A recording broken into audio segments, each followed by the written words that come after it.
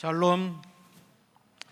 이 시간은 선교 세미나 시간인데 PCK 선교 정책과 선교 협력이라고 하는 주제를 가지고 두 분께서 발제를 하시고 그 발제에 대한 질의응답 시간을 갖는 시간입니다. 이제 시작하는 이 시간에 여성선교사회 회장 되시는 조정희 목사님께서 기도해 주시겠습니다.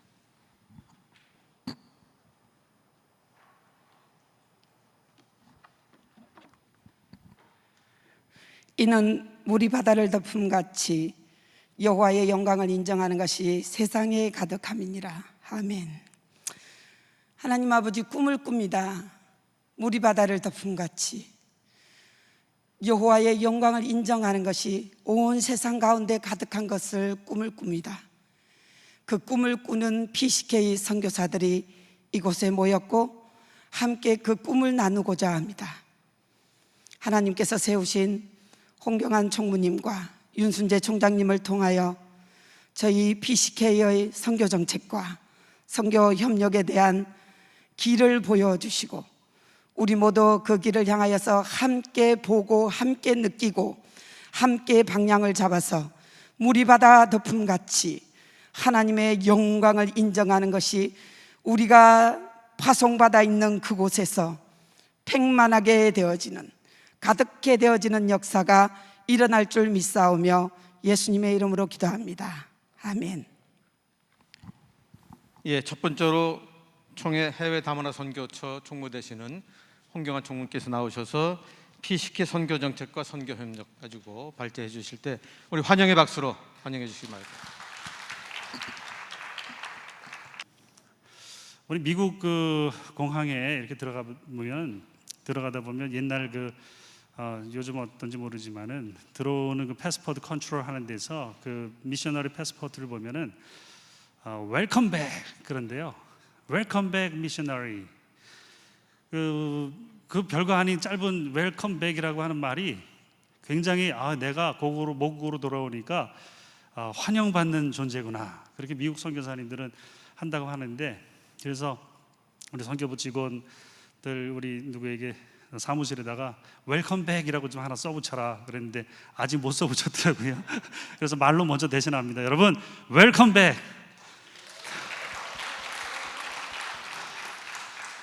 우리 여러분들 그 얘기를 더 듣고 싶고, 사실은 더 이렇게 마주 앉는 거 부담스럽고 이렇게 차 마시면서 둘러앉는 그런 모임 속에서 함께 허심탄회한 대화를 더 듣고 싶은 그런 마음이 많이 있으나 이게 모든 게 제약입니다. 지금 시대가 우리가 이렇게 앉아 있는 것도 1년 전에 원래 했어야 되는데 못하고 지금 이렇게 하게 된 거고, 원래 이렇게 될 수 오늘 없어요. 그런데 지금 여러 가지 제한된 조치에서 문 닫아놓고 하는 겁니다.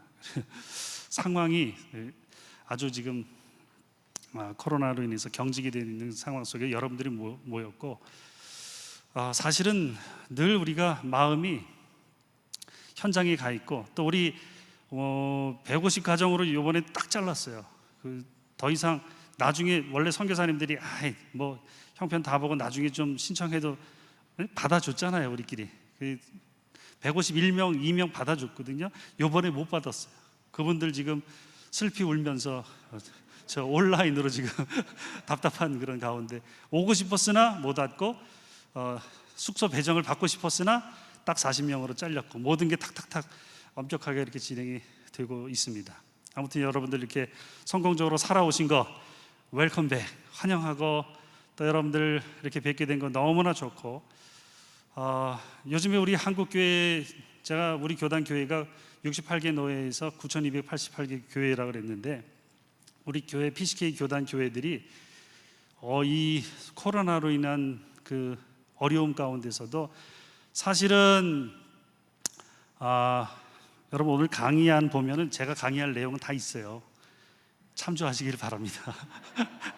참조하시길 바랍니다. 정책에 대해서 여러분들 우리 복음주의 선교 정책, 에큐메니컬 협력, 그다음에 창구 일어나 모르시는 분 없잖아요, 그죠? 네, 그게 정책이에요. 잘 안 돼서 일어나가 안 될 뿐이지, 우리가 정책은 분명히 우리는 이제 복음주의 선교 정책이고, 또 41개의 에큐메니컬 선교 교단이 있고, 이 안에 이제 강의 안에 지금 다 상세히 기록해 놓았습니다. 여러분 보시고 제가 오늘은 없는 것 중에서도 좀 말씀을 더 나누기를 원하는데, 조금 전에 우리 교단 교회들이 많이 달라졌다 그런 말씀을 드렸잖아요. 선교사님들 참 힘들겠다, 그리고 선교사님들 위로하기를 원한다 하는 그런 교회들이 의외로 많더라고요. 제가 많게는 하루에 한 주일날 네탕을 지난주에도 여천 갔다 오고 저번에도 하루에 네탕까지 뛴 적이 있어요. 탕 아시죠? 탕? 4번 예배를 한 주일날 한 지역에서 드렸는데, 교회들이 우리가 어떻게 하면 선교사님들을 잘 돕겠냐, 우리가 어떻게 하면 선교사님을 잘 파송하겠냐, 어떻게 처음부터 고리를 잘 꿰서 닭이 먼저냐 계란이 먼저냐, 우리가 선교지를 먼저 선택해야 됩니까? 선교사를 먼저 선택해야 됩니까? 또 우리 충청도에 어느 한 교회는 우리가 풀 서포트 할 수 있는 좋은 선교사님을 소개해달라. 우리 선교사님 다 좋다. 아이 그런 거 그렇게 말고 우리 선교사님을 우리 교회가 교련 이제 선교사님을 교회들이 또 찾고 후원하기를 원하고 그래요. 근데 왜 현장에 있는 선교사님들과 잘 이렇게 연결이 안 되는가? 저희는 그것을 위해서 세계선교부가 우리가 할 일이다, 열심히 소통하자. 그래서 세계선교지라고 하는 책자도 만든 거고, 또 여러분들 그 어려움을 제가 굳이 시간 빼서 권역 담당들을 소개한 것은 권역 담당들과 여러분들의 그 소통 라인이 그냥 따로따로 이렇게 되면 안 된다는 거죠. 어려움이 있으면 어려움에 대해서 얘기를 하고, 그것이 금방 해결이 안 된다고 너무 불평하지 마시고 함께 소통하고 그분들한테 이렇게 알려놓으면 우리가 계속 그것을 위해서 기도하고 또 찾고 그렇게 하고 있습니다. 그래서 선교 현장에 있는 선교사님들이 어찌하든 어려움 가운데 잘 생활비나 이런 것들이 걱정이 없도록 그렇게 일하실 수 있도록 노력하려고 하고요. 또 교회들이 그렇게 할 수 있도록 동기부여를 계속 하려고 하고 있습니다. 코로나로 선교사님들 어렵다고 며칠 전에는 의림교회, 경기도에 있는 교회는 천사운동 해갖고 1,500만 원 정도 이렇게 헌금을 하는데, 그 헌금 이번에 코로나로 인해서 선교사님 돕자 그랬더니 5천만 원 헌금이 들어왔고, 뉴질랜드의 새벽교회 이승영 목사님 후임으로 오신 목사님 성함을 까먹었는데, 그 목사님은 우리가 1억을 선교사님들에게 좀 돕겠는데 코로나로 어려운 분들 좀 도와달라 그래서, 지금 이게 어떤 일이지? 대치동 교회에서 또 600만 원, 여러 교회들이 선교사님들을 돕겠다 이렇게 기금을 내놓고 있어요. 그래서 이런 기금도 좋지만 선교사님들 생활비가 어려운 분들 계속 먼슬리하게 좀 지원을 해달라고 요청도 또 여러 교회에다 하고 있습니다. 아무튼 전 세계 지금 선교지 현장에 계신 우리 선교사님들, 지금 유튜브로 또 여러분들이 듣고 계시지만 선교사님들 그 현장을 잘 지켜주신 것으로 인해서 우리가 여기 또 있고, 또 여기 계신 분들 답답하고 나가지 못한 그런 어려움이 있고 참 이게 고통스러운 그런 시간들이지만, 우리가 또 하나님 인도하심 가운데 우리 선교의 기회가 이런 시간들이 지나가면 또 더 깨달음 가운데 우리가 해야 될 본질적인 그런 선교들을, 정말 복음적인 선교들을, 그동안 우리가 알면서도 그냥 넘어갔던 그런 비본질적인 선교들의 모습들이 있잖아요. 가시적이고 물량적이고, 이제는 그거 하고 싶어도 못해요. 이 선교적인 필드가 그렇게 변화가 됐습니다. 그리고 한국 교회가 언제나 그렇게까지 지원할 수 있는 그런 형편도 아니고요. 그래서 꼭 필요한 곳에, 꼭 필요한 사역을 위해서, 꼭 필요한 선교사가 일할 수밖에 없는 시대로 하나님께서 몰고 가시는 것은 아닌가 그렇게 생각합니다. 그러면 교회는 그러한 사역을 위해서 후원하고 또 선교 헌금을 하고 해야 되겠지만, 선교사인 우리들의 입장에서는 우리가 그 꼭 필요한 일꾼들이 되어야 되지 않겠습니까? 이 선교사님, 이 사역 그 현장에서 꼭 필요합니다.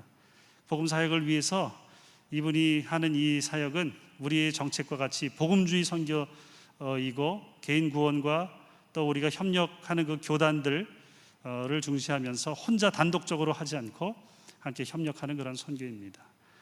그리고 우리 선교사님들과 우리가 또 하나 개선해야 될 것이 있는데요. 제가 95년부터 95, 96, 97에 선교부 간사로 임순산 목사님 총무님이었을 때에 있었는데, 그때부터 하던 게 있어요. 선교 창구 일원화. 근데 저는 이게 언제쯤 될지 모르겠어요. 이게 아마 주님이 오셔도 창구 일원화는 안 될 것 같아요. 왜냐?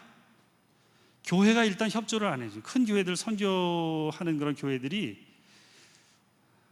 연합교회는 잘 하시겠죠. 연합교회는 잘 하실 줄로 믿고, 큰 교회들도 제가 아직은 다 큰 교회 담임 목사님들이 잘 만나주지 않아서 못 찾아갔는데, 목사님들 좀 찾아가서 대화하고, 또 아니면은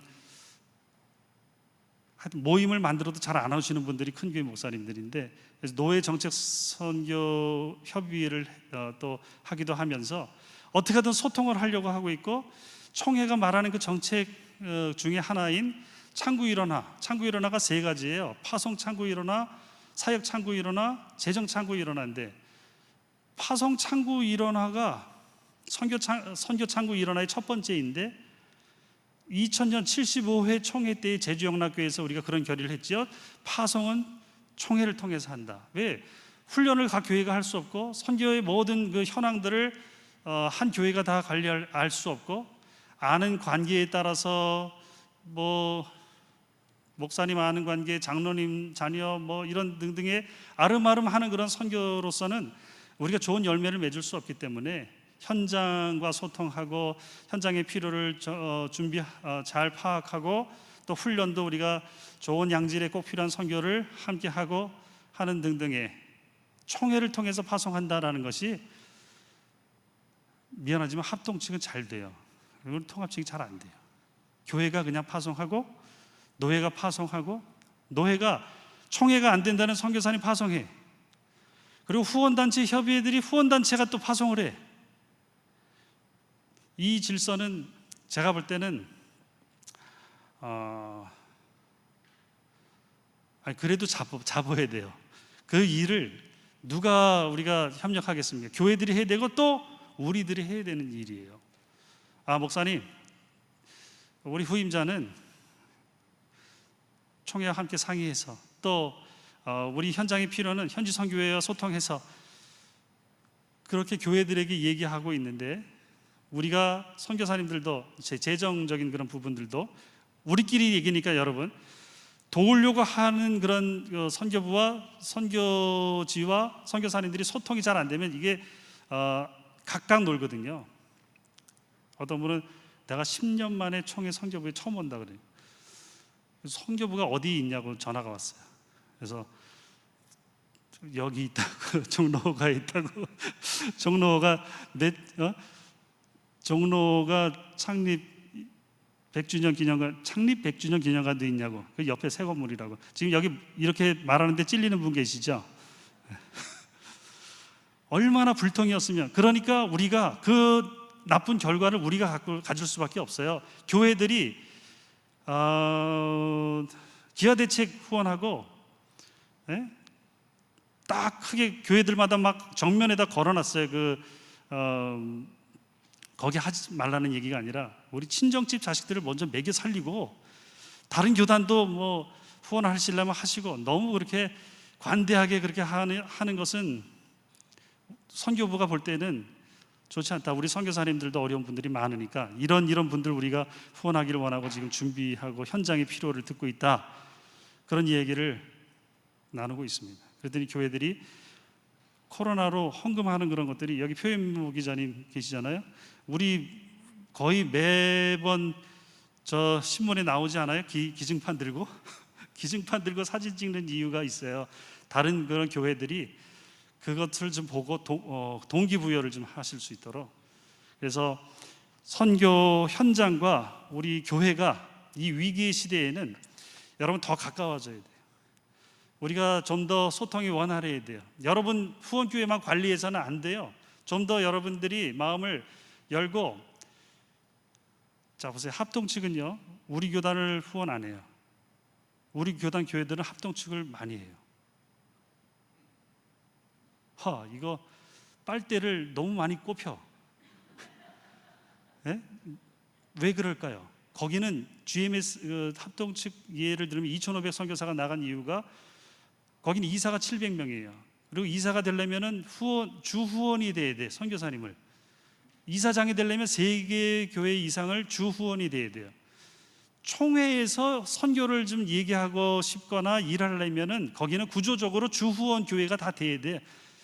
여러 수백 개 교회가 회비도 내, 기금이 적립이 되고 선교사님들이 만약에 다른 눈 밖에 나가는 징계거리가 있으면 갖고 있던 적립한 것을 안 줘.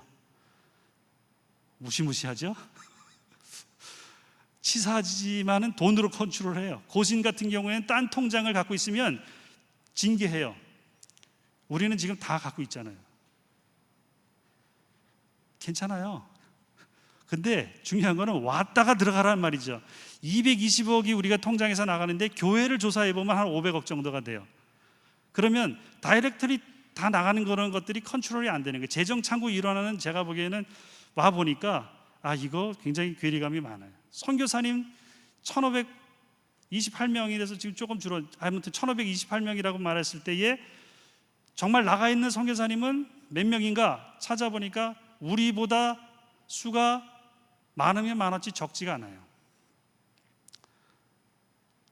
우리 헌법에 선교 목사는 해외에서만으로 돼 있어요. 국내 선교사 제도가 없어요. 그래서 제가 헌의 안을 오자마자 본부 선교사 적법하게 일하고 있는데 불법하게 할 수는 없잖아요. 또 초교파 선교단체 KWMA 같은 데서 일하는 그런 선교사님, 우리 전에 있던 우리 정영호 목사님 가서 거기서 일하고 있는데 적법하게, 또 다문화 선교사들이 지금 우리 나라가 저희 이름이 아까 소개해 준 것처럼 해외 다문화 선교차가 됐잖아요. 세계 선교부였는데 우리 총회가 5년 동안 기구개혁을 해서 10개의 처를 5개로 줄였습니다. 100명의 직원을 50명으로 줄였습니다.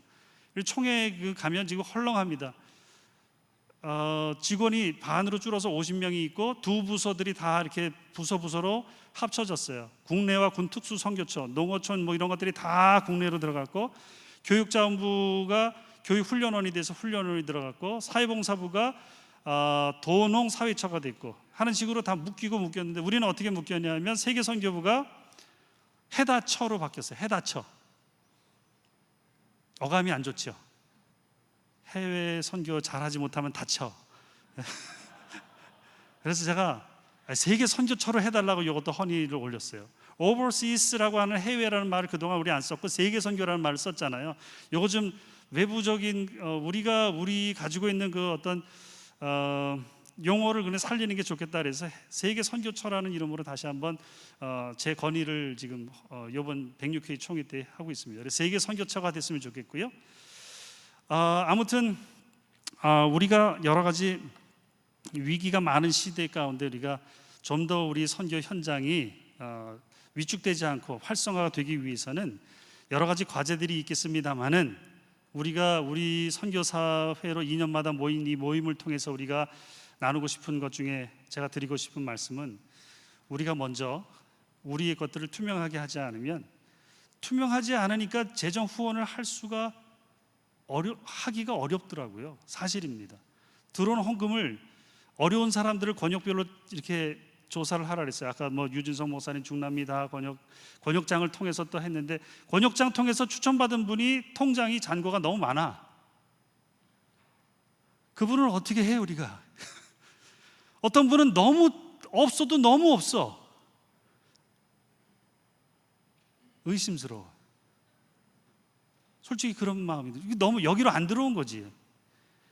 그러면 이 도움을 주는 게, 저도 태국에서 쓰나미 현장에서 20명이 이재민이 있는데 밥통은 19개가 있을 때 그 밥통을 못 나눠줬던 기억이 있어요. 전쟁이 일어나거든, 한 사람 때문에. 나눠주는 게 쉽지 않은데 교회들이 참여하게 하는 일들 가운데 우리가 먼저 해야 될 것은, 받을 준비가, 선교비나 이런 것들은 우리가 선교 현장의 사역을 위해서 생활비와 후원금들이, 선교비들이 필요하잖아요. 그것이 잘 연결이 돼야 되는 것이 우리 또 세계선교부의 일이잖아요. 그러기 위해서는 우리가 같이 협력을 하고 협조를 해야 되는 그런 부분들이 있어요. 그래서 저도 태국에 있을 때 크레딧 카드를 썼습니다. 그러면 거기서 쓰는 거 비행기값 뭐 이런 것들은 다 크레딧 카드를 쓰는데, 쓰기 위해서 제가 여기 신한카드를 갖고 있어요. 총회 통장 0000 뭐 나오는 그 자기 고유 가상 계좌 말고 제 32506222 둘둘둘 이거 통장도 갖고 있었단 말이지. 옛날에 직원이었을 때 갖고 있었던 거. 그럼 이쪽을 쓰려면 윤정 씨, 제가 이번 달 어느 부분 일정 금액은 제 통장 계좌로 해주세요. 그래도 된단 말이에요. 중요한 것은 다 들어왔다가 나갔으면 굉장히 투명하게 모든 행정들이, 재정들이 관리가 되겠다. 파송도 그렇고 재정도 그렇고 사역. 여러분, 사역이 창구 일원화가 잘 안 됐던 것은 거꾸로 뒤집어 놓으면 감사한 일이었죠. 우리가 교회를 그렇게 교회당을 많이 짓고 선교센터를 우리 PCK가 곳곳에 많이 준비할 수 있었던 것은 하나님 은혜라고 생각합니다. 그러나 그렇게 할 수 있는 그런 시절들이 계속되지는 않습니다. 지금 교회의 위기는 곧 선교의 위기라고 말하잖아요. 그러면 이제 우리가 돌아가야 되는 그런 선교의 자세는 좀 더 복음적이고 전도하고, 여러분, 우리가 에큐메니컬 얘기할 때는 사회적인 구원과 회심도 얘기하지만 개인 구원하는 것이 우리가 최고의 예수 그리스도의 복음을 가지고 정말 사람 한 사람 변화시키고 또 일꾼들을 세워서 그 사람들이 교회의 주인들이 되어서 이양하는, 그리고 그들이 책임지고 현지인 교회를 자립하고 자전하고 자치할 수 있는 그런 교회로 세워나가는 것이 우리 목표 아니겠습니까? 그러면 좀 더 에드폰테스 뭐 그 종교 개혁 얘기 그런 얘기 하기까지 확장하지 않아도, 여러분, 우리가 돌아가야 될 자리는 이 위기 시대, 코로나 시대, 제4차 산업혁명 시대, 여러 가지로 이야기하는 이 뉴 노멀의 시대에 우리가 돌아갈 자리는 다시 본질로예요. 본질로. 우리의 복음적인 선교로 우리가 좀 더 하나님 앞에서 바른 선교를 우리가 감당해야 될 때라 생각합니다. 그래서 여러분, 정책 얘기 다 잘 아는 거, 하지만 우리가 잘 지키지 못하는 것, 복음주의적인 것, 잘 알지만 그러나 여전히 비복음적인 본질들을 우리가 회복해야 되는 것, 에큐메니컬 선교한다고 우리가 계속 얘기하면서 때로는 말도 안 되는 그런 공격들 많이 받잖아요. WCC나 이런 월드 처치 카운슬, 대화의 창은 우리가 크게 열고, 그러나 채택된 복음 문서들을 보면 너무나 삼위일체 하나님을 통한 선교 등등으로 우리가 본질적인 그런 선교의 신학을 가지고 있는 아주 자랑스러운 그런 신학들을 우리가 갖고 있는데, 이제 우리 선교 현장이 과연 그러한 선교 신학에 맞는 선교적인 모습인가?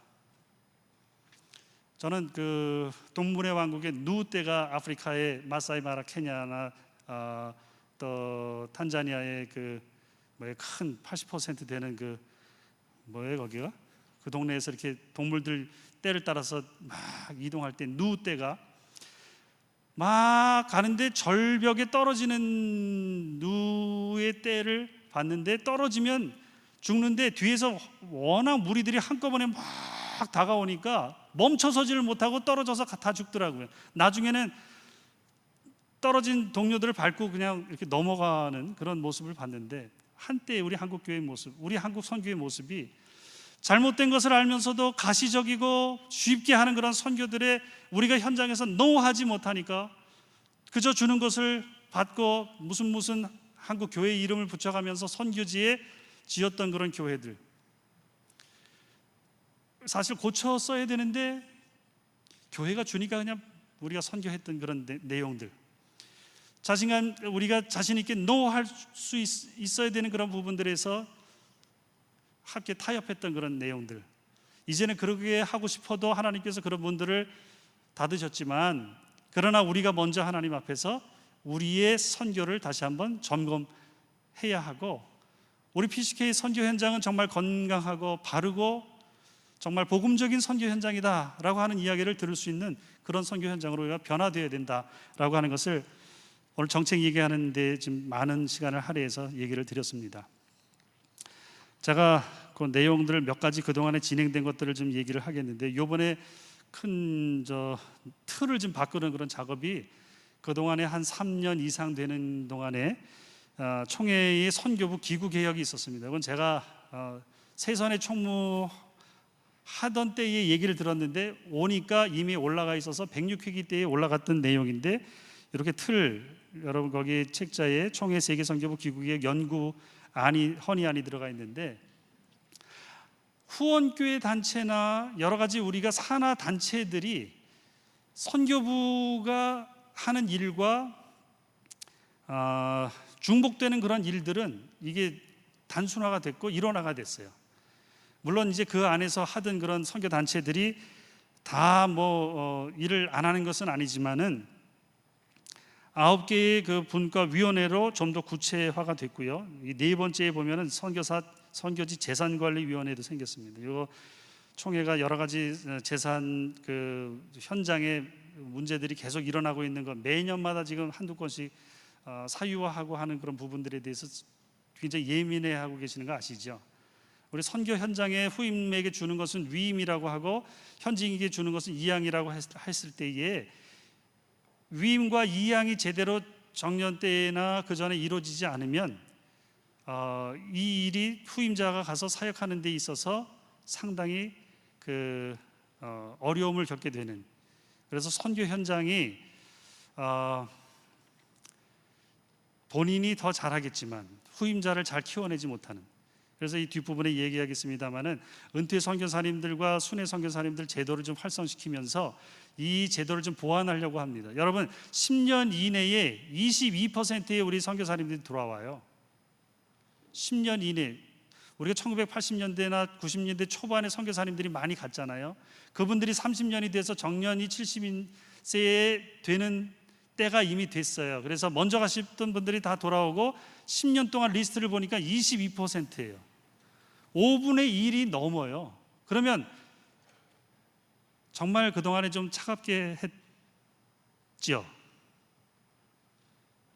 그 은퇴 선교사님 많이 여기 오늘 요번에 많이 오셨는데 너무 감사드리는데 딱 계좌가 70세 정년 12월 말 되니까 양기령 목사님 딱 크로즈가 됐죠. 양 목사님.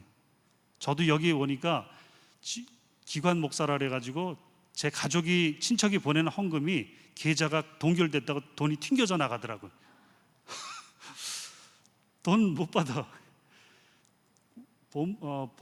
이게 본부 선교사 제도가 우리 국내에서 선교사 제도가 없는 것은 우리 교단밖에 없어요. 그래서 본부 선교사는 지금 제도는 지금 얘기 아까 말씀드린 것처럼 하고 있는데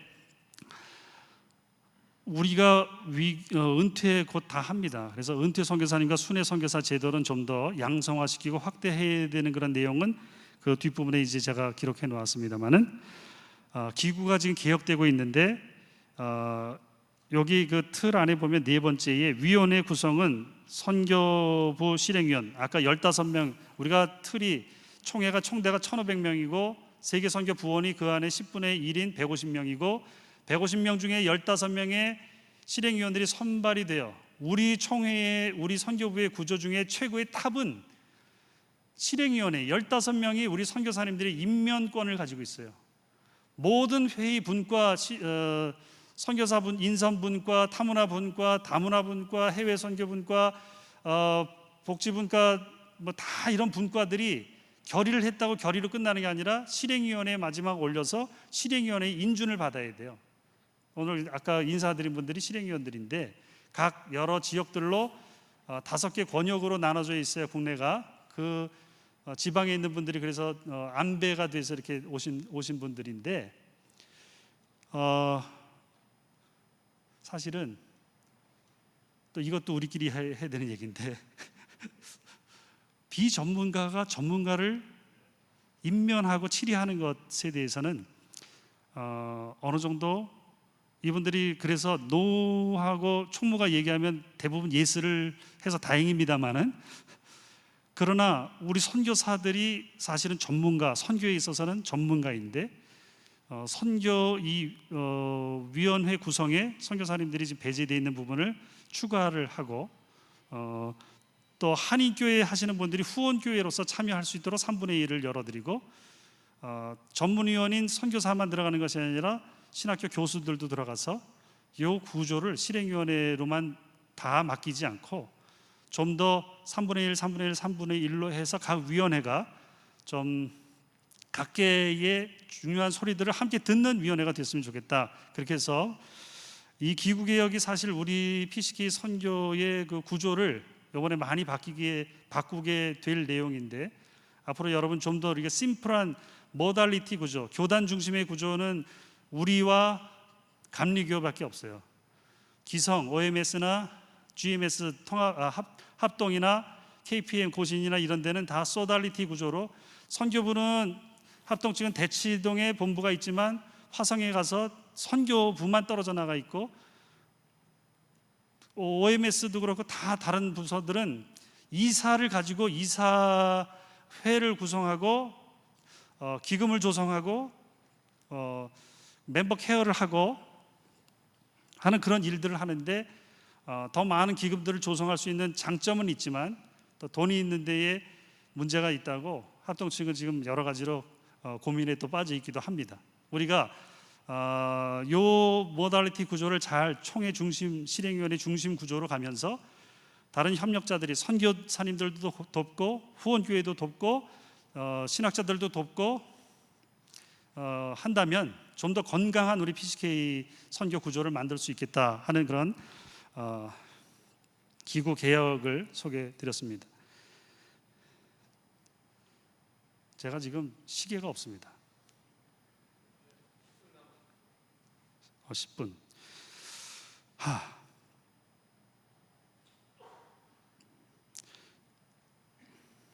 선교사님들 현장에 보면은 그래도 얘기를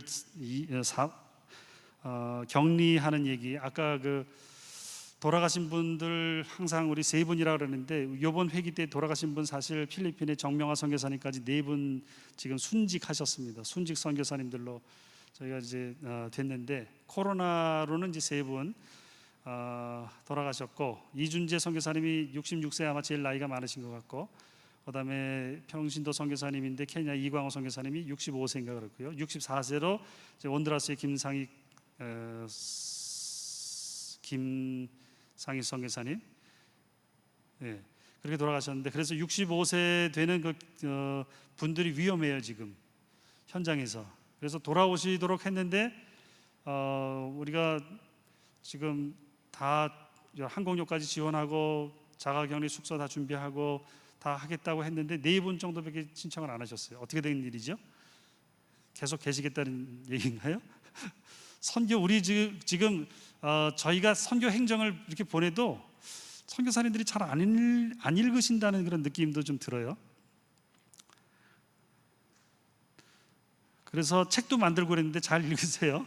잘 읽으시고, 신청하라 그러면 저희를 되게 못 믿으시는 것 같아. 격리 숙소도 한다 그랬는데 신청을 잘 안 해가지고 처음엔 당황했고, 항공료도 지원한다 그랬는데 신청을 막 할 줄 알았는데 안 해갖고 당황했고. 여러분 같이 소통하시죠. 그래서 같이 협력해야 됩니다. 나홀로 선교사님들이 있죠. 현지 선교회에 지금 가입이 안 된 분들 상당히 많습니다. 지금 12개 권역인데 그동안에 우리가 68개의 현지 선교회가 있습니다. 그런데 68개의 권역과 12개 권역과 68개 현지 선교회가 허락하지 않으면, 권역장이 자가격리 숙소를 신청해 주지 않으면 격리 숙소와 식비와 격리 키트를 제공을 안 한다고 말씀을 드렸더니 우리는 현지 선교회가 없어요 라고 말하는 데가 몇 군데가 있더라고요. 그래서 남태평양 몇 군데를 비롯해서 현지 선교회를 구성해서 권역장들이 일하실 수 있도록 그렇게 묶어드렸는데, 그럼에도 불구하고 한 선교회의 주변에 떨어져 있는 몇몇의 그 홀로 선교사님들은 우리가 그동안 아무 행정적인 치리를 안 했기 때문에 그냥 이대로 오래 갔는데, 제가 밀린 숙제처럼 느껴지기도 합니다만은 선교사님들이 이때에 혼자 계시면 안 되고 팀으로 같이 들어갈 수 있도록 준비해 주시도록, 그렇게 또 안내를 해드렸더니 갈등이 좀 생겼어요, 여러 군데. 그동안 처음부터 우리와 수습하지 않았는데 이제 와서 저 선교사님을 우리가 어떻게 받느냐, 뭐 그런 현지 선교의 입장도 있었고요. 그러나 에큐메니컬 선교사님 쪽에 좀 그런 분들이 또 몇 분 계시는데, 현장에서 혼자서 우리 선교사님들이 있지 않도록 팀으로 현지 선교회로 구성되실 수 있도록 그렇게 해달라고 계속 지금 저희들이 안내해 드리고 있습니다. 여기도 혹시 혼자 계시는 분들이 있다면 현지 선교에 들어가서 팀으로, 우리 PCK는 현장의 현지 선교회와 팀으로 하는 그런 선교회로 그렇게 일하실 수 있도록 거듭 당부를 부탁드리고요. 시민권 제도가 있는데 시민권 제도의 우리 규정에 제가 규정이 바뀐 것을 여러 책으로 다 묶어서 이렇게 비교해 봤는데, 시민권이 103회기 때 그때는 저도 총회 석상에 있었는데 뭐 우리 송강호 선교사님과 발언도 하고 그랬어요. 찬반의 양론이 있었는데 한 5년 정도 지금 회의한 결과는 시민권은 안 된다예요. 시민권이 안 되는 이유는 쉽게 말하면 외국인이기 때문에, 시민권으로 우리가 규정으로 그 외국인을 컨트롤할 수 없어요. 그러나 자녀들, 현지에서 태어나서 현지 시민권을 가진 자녀들은 현지 선교사로 영입할 수 있는 그런 선교사의 카테고리에 현지 선교사라는 것이 있고요. 그리고 선교 현지에서 어렵게 사역하는데 영주권에 대한 필요는 저희들이 열어놨습니다. 그래서 영주권은 현지 선교회에 동의를 구하셔서 세계선교부로 올리시면 저희가 심의해서 필요한 분들에게만 영주권에 대한 허락을 해드립니다. 전문인 선교사가 계속 제도가 확대되었습니다. 전문인 선교사는 지금까지는 교수, 교사, 의사, 약사들의 전문성을 가진 사람이 전문 직종에 대한 그 자격증이 있어야 됐는데 시대가 바뀌었어요. 지금은 현지에서 환영받는 그런 전문 직종들이 굉장히 넓어졌습니다. 그래서 그 5년 이상 전문성이 입증이 되면 어떤 분야이든지 그 전문성을 인정할 수 있다면 그분이 준회원이 될 수 있는 것은 55세 이상은 준회원이지만 55세 이하는 젊은 분들은 정회원으로도 어플라이를 할 수 있고 훈련받을 수 있는데, 그러나 이분들도 조건이 있습니다. 교회 전문인으로서 교회 개척하고 또 그 여러 가지 목회자들, 선교사들과 충돌되는 그런 선교를 하면 우리가 이제 그것은 허락하지 않는 부분이고, 팀으로 같이 일했을 때에 현지에 필요한 전문인들과 목회자들이 함께 좋은 열매를 맺을 수 있게 돼. 역시 팀에 대한 강조를 하게 됩니다.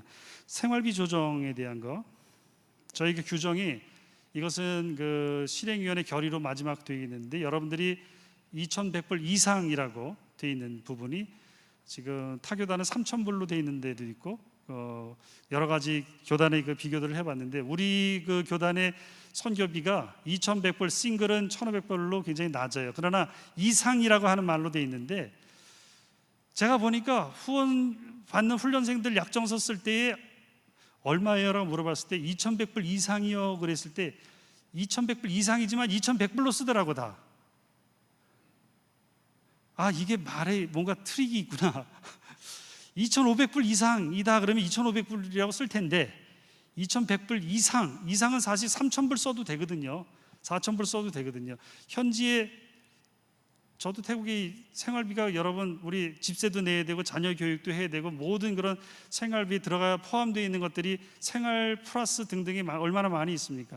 동남아시아에서도 2,100불 갖고 살 수 있는 그런 형편이 안 되는 거 우리가 잘 알잖아요. 현실화하고 양성화하자. 여러분들 지금 나가는 그런 후배들에게도 그래서 1,800불 이상, 2,500불 이상. 여러분 그 뭐 그렇게 된다고 그게 갑자기 다 통장으로 들어오는 건 아니지만 지금부터 여러분들이 우리가 함께 노력해서 우리가 현실화하고 양성화할 수 있도록 그렇게 했으면 좋겠습니다. 은퇴 선교사 얘기만 하고 제가 마치겠는데요. 선교사님들이 많이 이제 은퇴합니다. 그런데 64세는 조기 사임입니다. 65세에서부터 은퇴로 들어갑니다. 라고 이번에 청원했습니다. 원래는 만 70세 12월 말이 은퇴입니다. 근데 아픈 분들이 계시더라고요. 너무 가슴이 아팠어요. 너무 우리 동료 너무 잘하는 선교사님 또 러시아에서도 막 수고한 그런 분들이 나 연금 받으니까 이제 쉬고 싶다는데 쉬지 말고 계속 70세까지 해라고 말씀드리기가 어려웠어요. 그러면 목회자들은 30세 은퇴라는 말을 써요. 40세 은퇴도 할 수 있어요. 그런데 선교사님은 왜 69세도 조기 사임이냐? 그래서 65세에 연금 받을 수 있는 나이부터는 연금을 받으실 수 있는 그 65세부터는 은퇴 선교사님으로 가입하실 수 있도록 5년의 시간은 은퇴로 치자. 그렇게 해서 이번에 개정안을 좀 올렸고요. 통과가 뭐 되도록 그렇게 여러분 같이 기도해 주시고, 순회 선교사님은 거기 있는 규정 그대로입니다. 순회 선교사는 우리 선교사님들 중에서 70세 됐는데 아직도 선교 현장을 뜨겁게 사랑하고 또 일하기를 원하시는 그런 분들이 있어요. 또 여기에 돌아와봤자 크게 일하실 수 없는 그런 분들, 현장에서 미력 하나마 남아서 그 현지에 있는 사람들을 더 섬기기를 원하는 그런 사람들이 있어요. 그런 분들은 여기 그대로 읽겠습니다. 본부의 정책에 따라 선교 현장을 순회하며 선교사들의 영성 관리와 상담, 선교 전력에 대한 조언, 선교 동원과 선교사 재교육 등을 돕는 선교사로 총회 파송 20년 이상 사역한 은퇴 선교사 혹은 선교의 소명을 가진 은퇴 목회자, 총회사나 신학교 은퇴 교수 중에서 세계선교부의 정해진 절차 및 훈련에 의해 임명한다. 재정은 자비량으로 하며 3년마다 재심의한다. 기타 순회 선교의 추천 및 임면 관리는 등등에 준한다.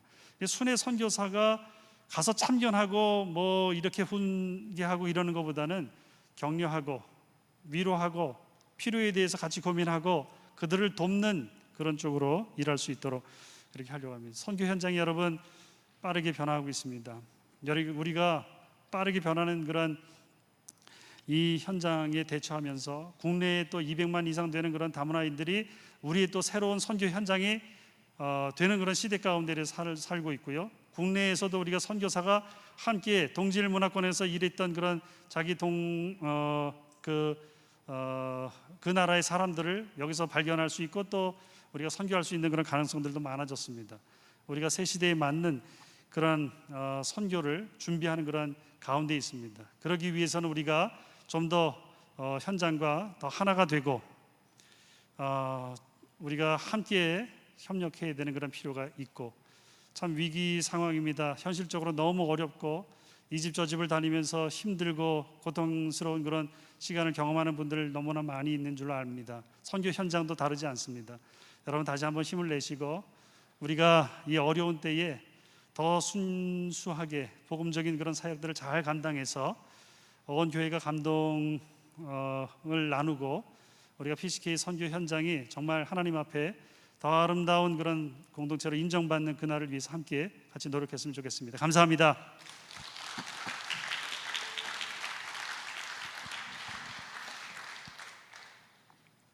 네, 감사합니다. 시간 정확히 지적해 주셨는데 혹시 발제를 들으시면서 궁금한 사항이 있거나 혹시 제안하시고 싶은 내용이 있으신 분은 간략하게 좀 말씀해 주시면 좋겠습니다. 전도사님 마이크 좀 갖다 주시기 바랍니다. 뒤에서 돕고 있는 여기 전도사님은 케냐 이원재 선교사님의 사위입니다. 그러니까 장인 어른의 동역자들에 대한 편견을 가지지 않도록 잘 해주시기 바랍니다. 네, 말씀해 주세요. 예. 홍경환 총무의 귀한 강의 감사드립니다. 아주 질서정연하게 조리 있게 우리들을 위해서 많이 또 일하고 있는 모습을 볼 수 있는 그런 강의 내용이었습니다. 다른 모든 것은 이제 제가 칭찬을 드리고 싶고 또 열심히 하는 모습을 보면서 제가 감사를 드리고요. 근데 시민권 제도에 대해서 선교사들은 총회가 여기 총무님도 태국에서 사역을 해보고 했지만 외국인으로서 산다는 게 힘든 것을 알고 있고 1년마다 혹은 몇 년마다 시민 체류 비자를 연장해야 되는 그런 어려움 때문에 가톨릭은 신부들이 이미 이렇게 그 현장에 가면은 시민권을 얻어서 사역을 하고 또 출소할 때는 또 자기 그 나라 이름으로 된 그런 그걸 환원하는데 지금 현재의 우리 선교사님들 가운데도 사역을 위해서 다른 이유가 아니고 사역을 위해서 시민권자로서 사역하고 있는 분들이 있을 수 있습니다. 우리 총회 연금 제도와 관련해서 선교사들은 예외로 한다 하는 그런 규정이 있어요. 원래 그 연금을 외국인은 취득 못 넣도록 되어 있고 또 받지 못하도록 되어 있는데 선교사들은 예외로 한다는 그런 규정이 있어요. 거기에는 이미 선교사들도 시민권을 가질 수 있도록 하는 그런 것을 했기 때문에 아마 그게 신방현 총무님이 있을 때 그렇게 그런 규정을 만들어서 했을 겁니다. 신 목사님도 인도네시아 오랫동안 계셨고 또 사역을 열심히 잘 하고 계시는 걸로 알고 있는데 시민권을 제가 취득하고 있는 걸로 알고 있어요. 제가 뭐 비방하는 게 아니라 그러면은 사역을 위해서 오직 사역을 위해서 정말 그 총회의 어떤 규정보다도 하나님의 나라와 그 선교 사역을 잘하기 위해서 시민권을 취득해서 열심히 하는 분들에 대한 어떤 그런 알겠습니다. 제재 조항이나 이런 것을 질문 내용을 충분히 알았으니까 예. 답을 해드리면 그 시민권에 대해서는 전체 우리가 91개국의 전체에 해당되는 그런 개정 운영 규정에 대한 지금 규정을 하고 있기 때문에 일부적인 그런 부분에 대해서 우리가 충분히 다 경청을 했고요. 또 그런 분들 지난번에 충분히 말씀을 해주셔서 특별히 인도네시아 분들 많이 얘기를 해주셔서 저희들이 검토를 한 내용인데 우리가 전체적인 그런 그 선교사님들에 대한 법으로는 시민권은 일단 안 된다. 그러나 영주권으로는 이것을 가능하도록 그것은 허락한다라고 영주권에 한해서만 문을 열어놓은 상태입니다. 왜냐하면 그 동안에 우리가 잘한 부분들도 많이 있지만 그 마지막에 마무리가 우리는 좀 사유화되거나 선교 현장의 선교 재산의 목적으로 기금이 송금이 된 그런 부분들이 현장에서 계속 쓰여지지 못하고 잘못 정리된 그런 부분들에 대해서 계속 지금 소송이 걸려 있고 투쟁이 있고 어려움이 있어서 이거는 법으로 그렇게 오히려 그런 분들이 좀 우리에게 그런 기회를 좀 못 줬던 그런 기여를 많이 한 부분인데 시민권은 일단은 그 나라 국민이기 때문에 우리가 현지 규정이나 이런 법으로는 어떤 시비거리도 안 되고 법적으로도 얘기가 안 되고 정리가 안 되는 부분이기 때문에 그렇게 좀 아쉽지만 강력하게 그렇게 결정이 된 것으로 알고 있습니다. 네.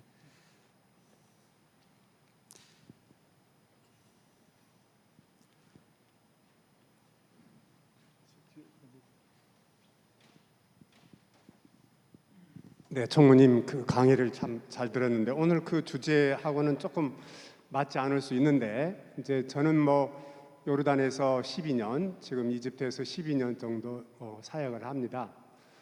요르단 공일주 선교사님 맞죠? 네. 이집트가 아프리카인가 중동인가? 저는 외대를 졸업을 하고 석박사를 받고 다시 총회에 와서 일하게 됐는데 아직도 이집트가 아프리카다. 이건 뭔가 좀 이상하지 않나? 왜냐하면 아까 말씀하신 대로 중동이라고 하는 그 전체 아랍어를 쓰고 있는 북아프리카 아라비아 반도를 우리가 학문적으로 다 중동이라고 하는데 그거를 우리 교단만 유독 그렇게 이집트를 아프리카에 넣어서 아프리카의 다른 분들하고 전혀 우리가 모르는데 그분들하고 그동안 협력도 안 되고 제가 듣기로는 이번에 오시는 분들도 아프리카 주변 지역에서 허락을 받고 들어왔다는데 그거는 조금 이상하지 않는가. 그래서 총무님께서 다시 한번 그 기구 개편하실 때 그 지역별 그거를 좀 연구를 좀 해주시면 좋겠습니다. 알겠습니다. 제가 와서는 그동안에 구역돼 있는 것을 그대로 지금 하고 있는데 좋은 제안해 주셔서 다시 한번 저희들이 확인해 보도록 하겠습니다.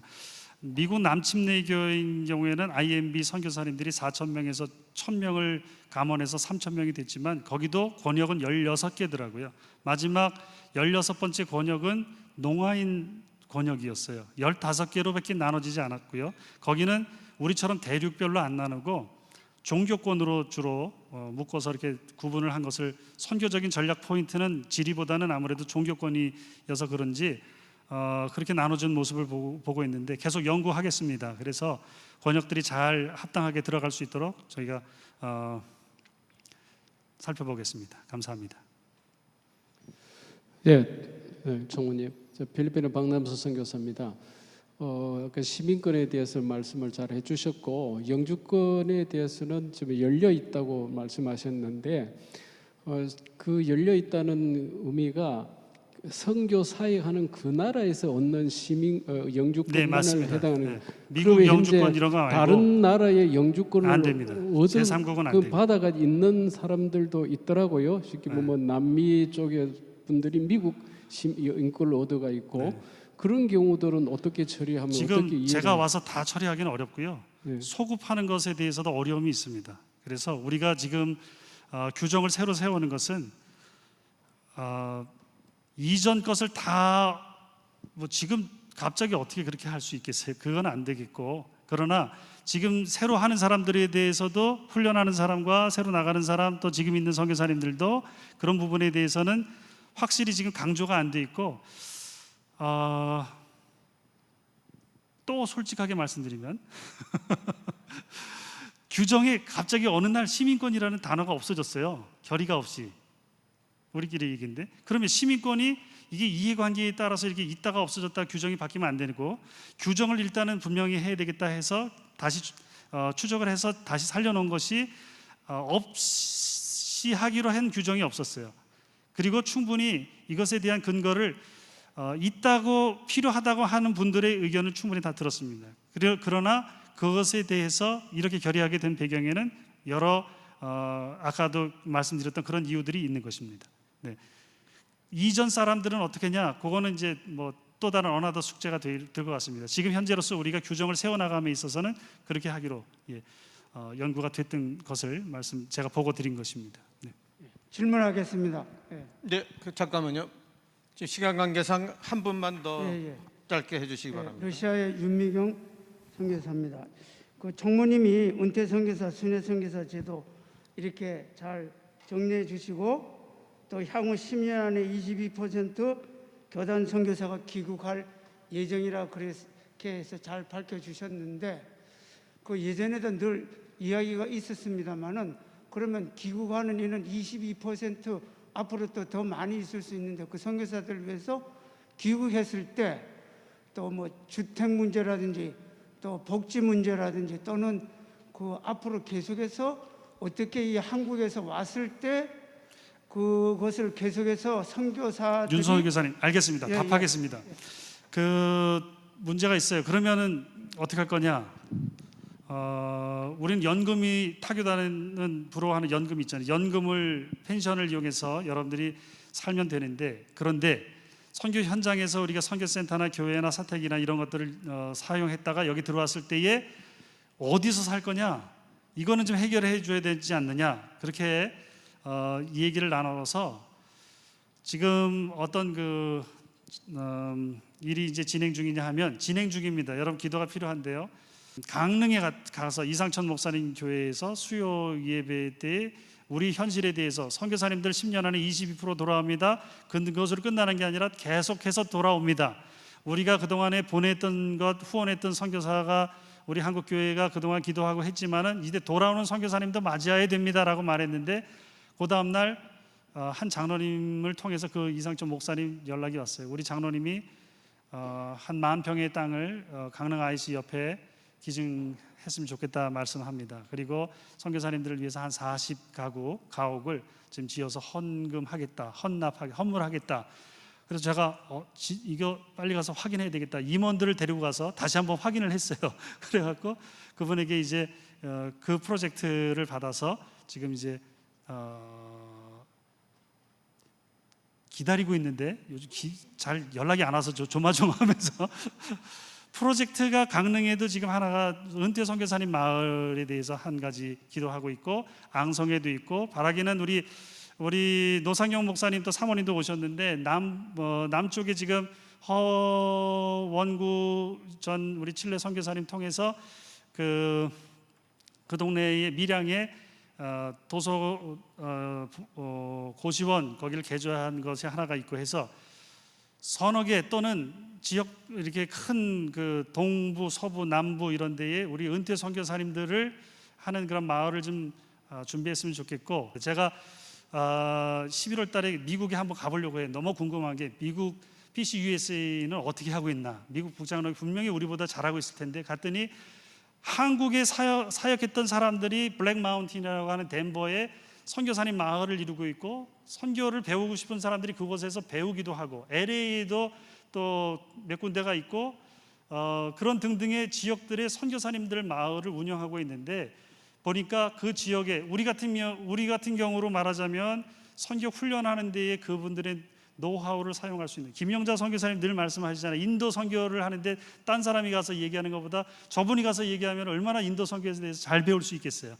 그 은퇴했다고 딱 문을 닫는 것이 아니라 그분들이 참여할 수 있는 훈련할 수 있는 조교로도 충분히 유익하다고 보고 또 인도에 있는 그런 노무자들이나 해외 노동자들, 이주민들, 결혼 여성들을 우리가 찾아가서 다문화 선교할 때에 얼마나 유창하게 말들을 잘하겠어요. 여기 있는 선교사님들이 은퇴하신 분들이. 그래서 그런 자원들을 활용해서 그래도 좀 시내 접근성을 가진 곳에서 사역할 수 있는 그런 곳을 좀 찾아야 되겠다. 그런 생각을 많이 가지고 있습니다. 앞으로 여러분 같이 우리가 해결해 풀어 나가야 될 과제라고 생각합니다. 예, 감사합니다. 발제해 주시고 질문에 답변해 주신 우리 홍총무님께 선교사회에서 마련한 아주 귀한 선물이 있습니다. 감사합니다.